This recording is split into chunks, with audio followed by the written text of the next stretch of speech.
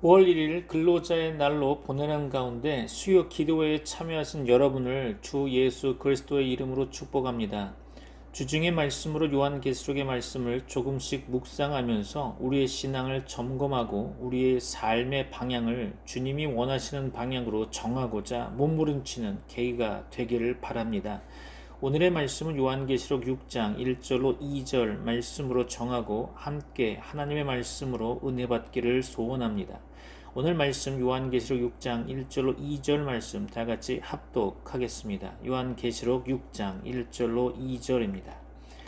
내가 봄에 어린 양이 7인 중에 하나를 떼시는데 그때에 내가 들으니 내 생물 중에 하나가 우레소리같이 말하되 오라 하기로 이에 내가 보니 흰 말이 있는데 그 탄자가 활을 가졌고 면류관을 받고 나아가서 이기고 또 이기려고 하더라. 아멘.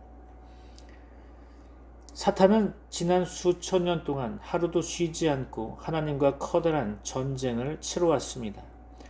사단은 에덴 동산에서 아담과 하와를 유혹하는 데 성공했고 가인을 통하여 아벨을 죽이는 데에도 성공했습니다. 유대인들의 신앙을 바짝 메마른 종교와 율법주의자로 몰아가 하나님의 사랑과 말씀인 그리스도를 수건으로 가리는 데 성공했으며 12제자로 인해 복음의 능력이 나타나자 그들은 다시 전략을 바꿔 예수님을 십자가에 못 박는 데 성공합니다. 그러나 로마의 원형 극장에서 한 사람을 죽였을 때 10사람이 그리스도인이 되는 것을 보고 급히 또한 전략을 수정하게 되죠.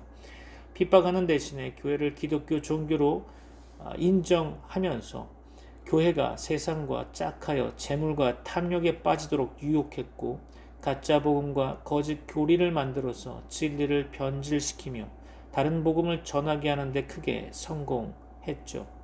중세라는 1천년의 긴 암흑 시대가 끝나갈 무렵 루터의 개혁운동으로 잠시 수세에 몰리는 됐지만 교단과 교리주의에 빠지도록 유도해서 교회의 위기를 만들었죠.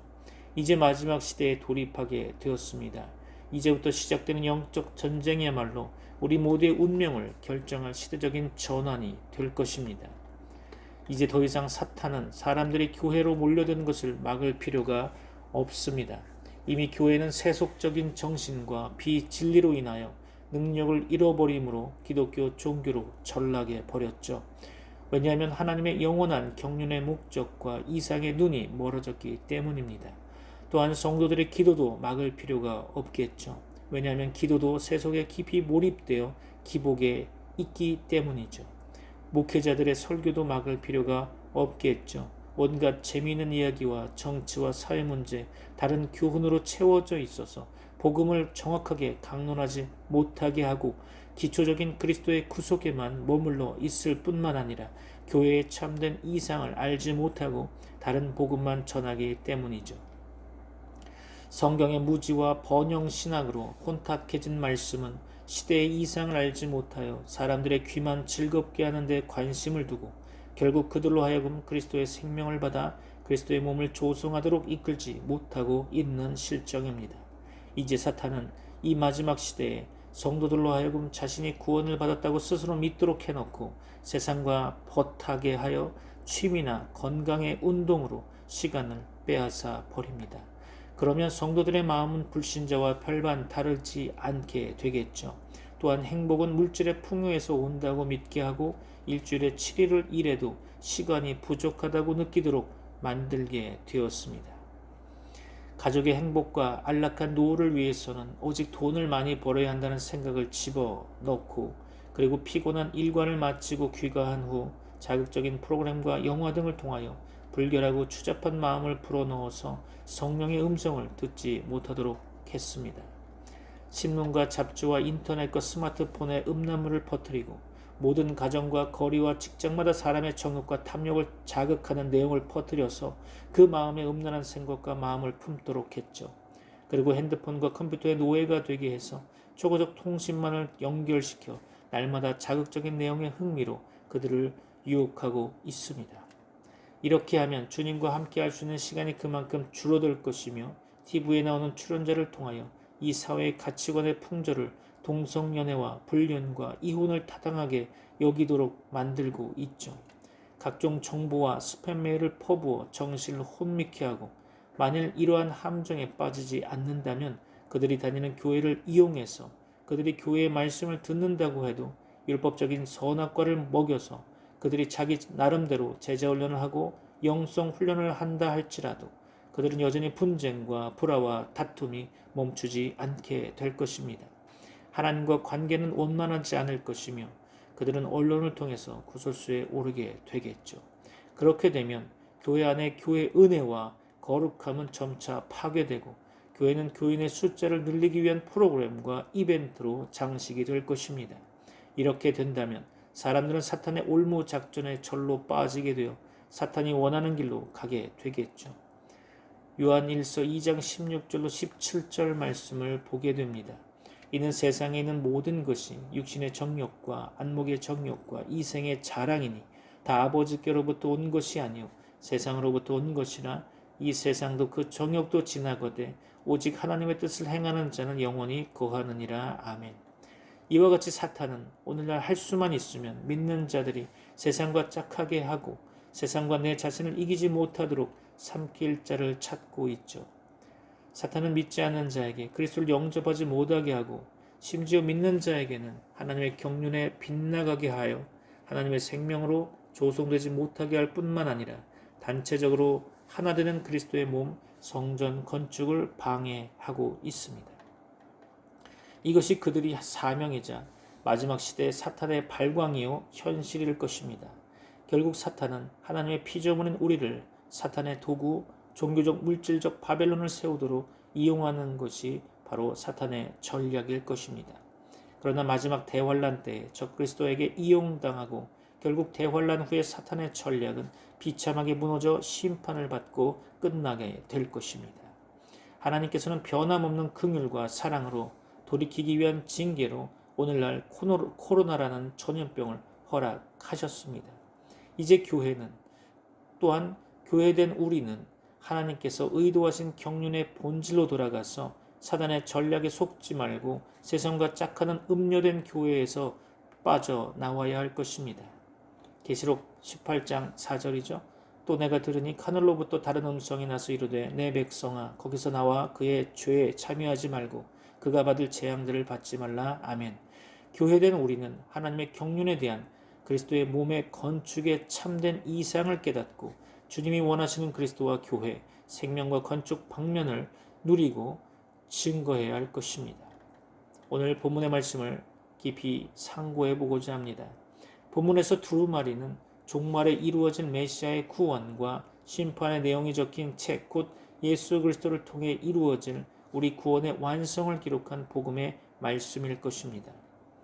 그러므로 이 두루마리 책의 주인공은 일찍이 죽임을 당한 어린 양 예수 그리스도 되십니다.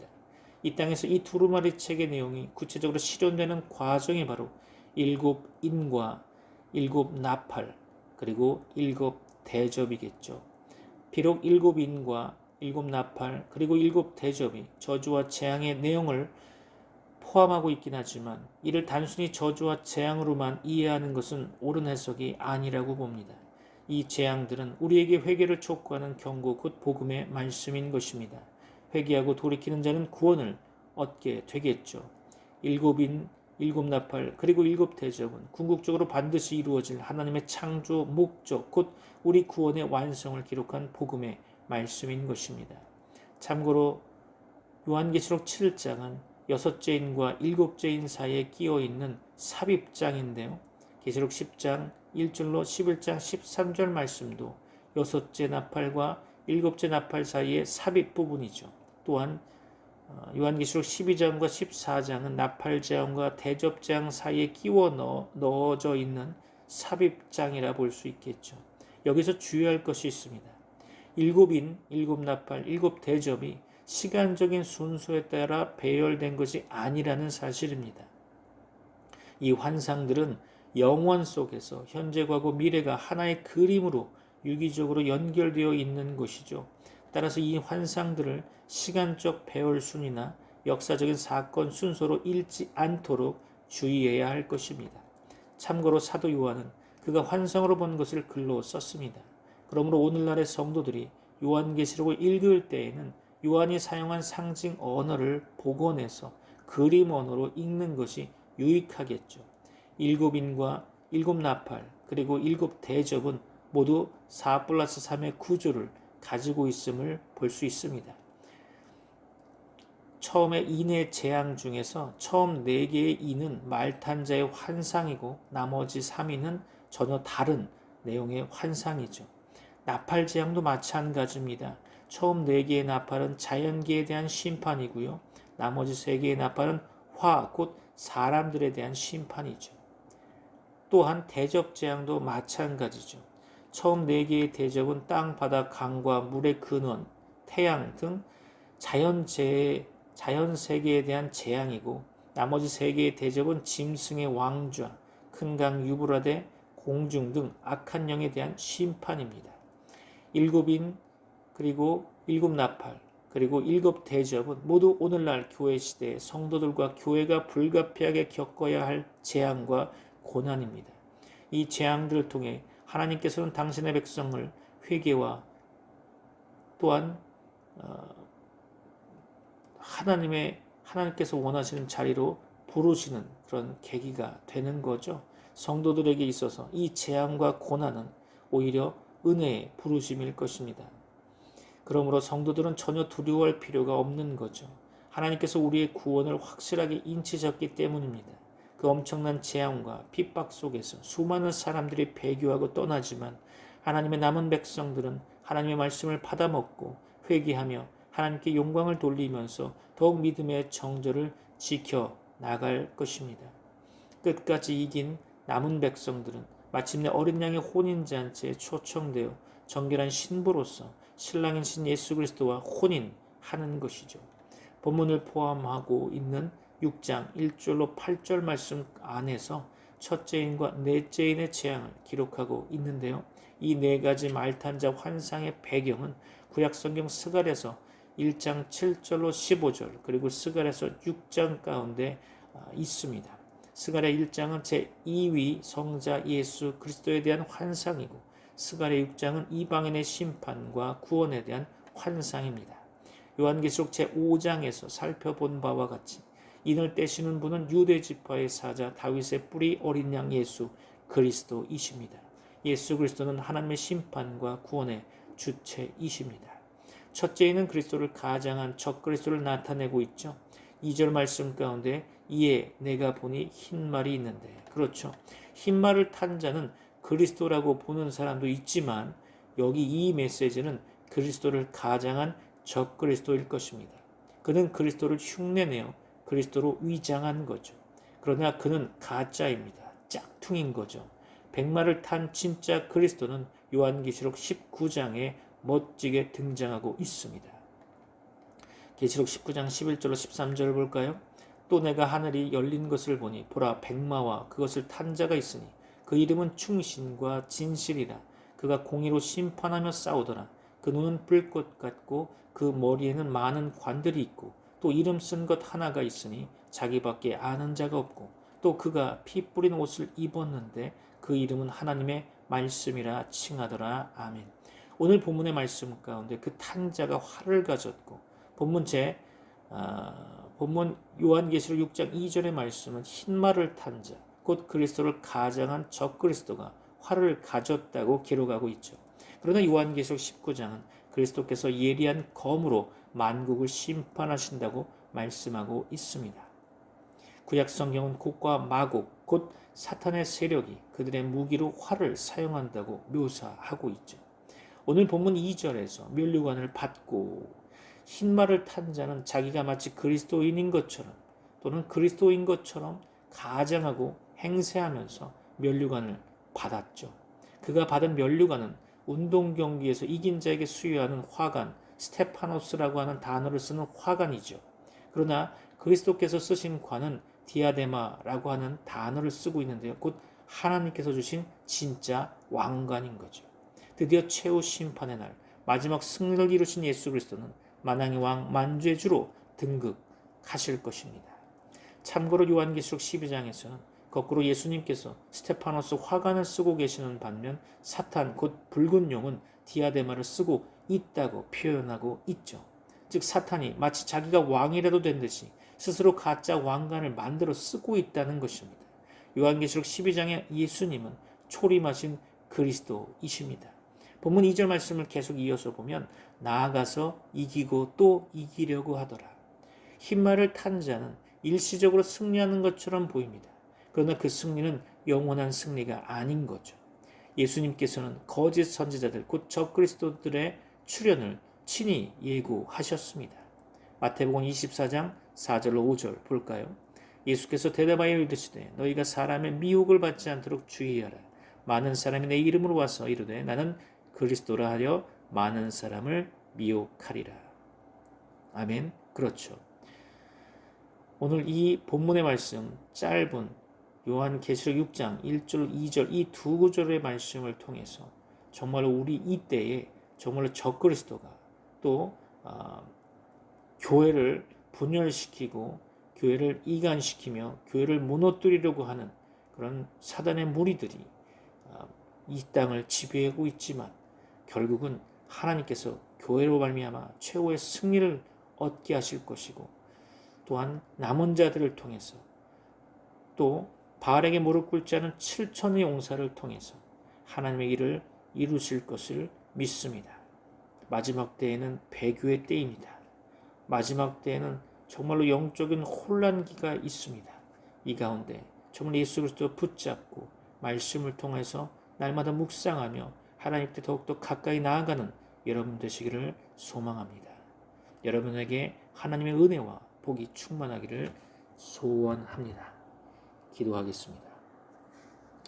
지금은 우리 주 예수 그리스도의 은혜와 하나님의 사랑과 성령님의 교통하심이 트리니티 미라클 교회 모든 권속들과 세계 교회 위에 이제부터 영원까지 함께 있을지어다.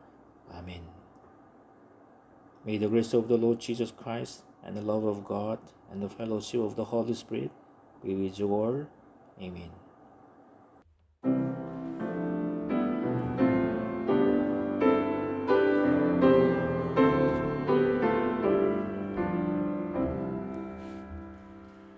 나 어젯밤에 잘 때 한 꿈을 꾸었네.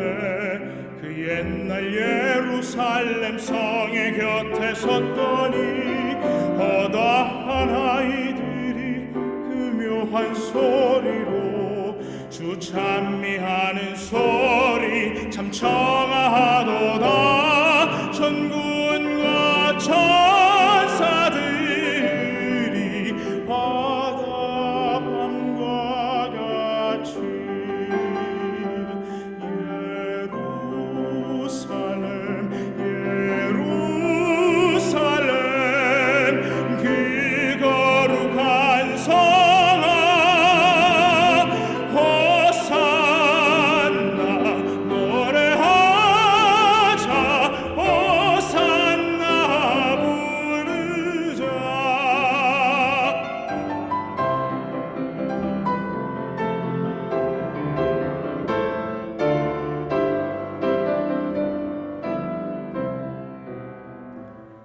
그 꿈이 다시 변하여 그 길은 고요고 호산나 찬미 소리 들리지 않는다. 햇빛은 아주 어둡고 그 광경 참담해. 이는 십자가에 달리신 그때의 일이라. 이는 십자가에 달리신 그때의 일이라. 예루살렘 예루살렘 그 거룩한 성아 호산나 노래하자 호산나 부르자.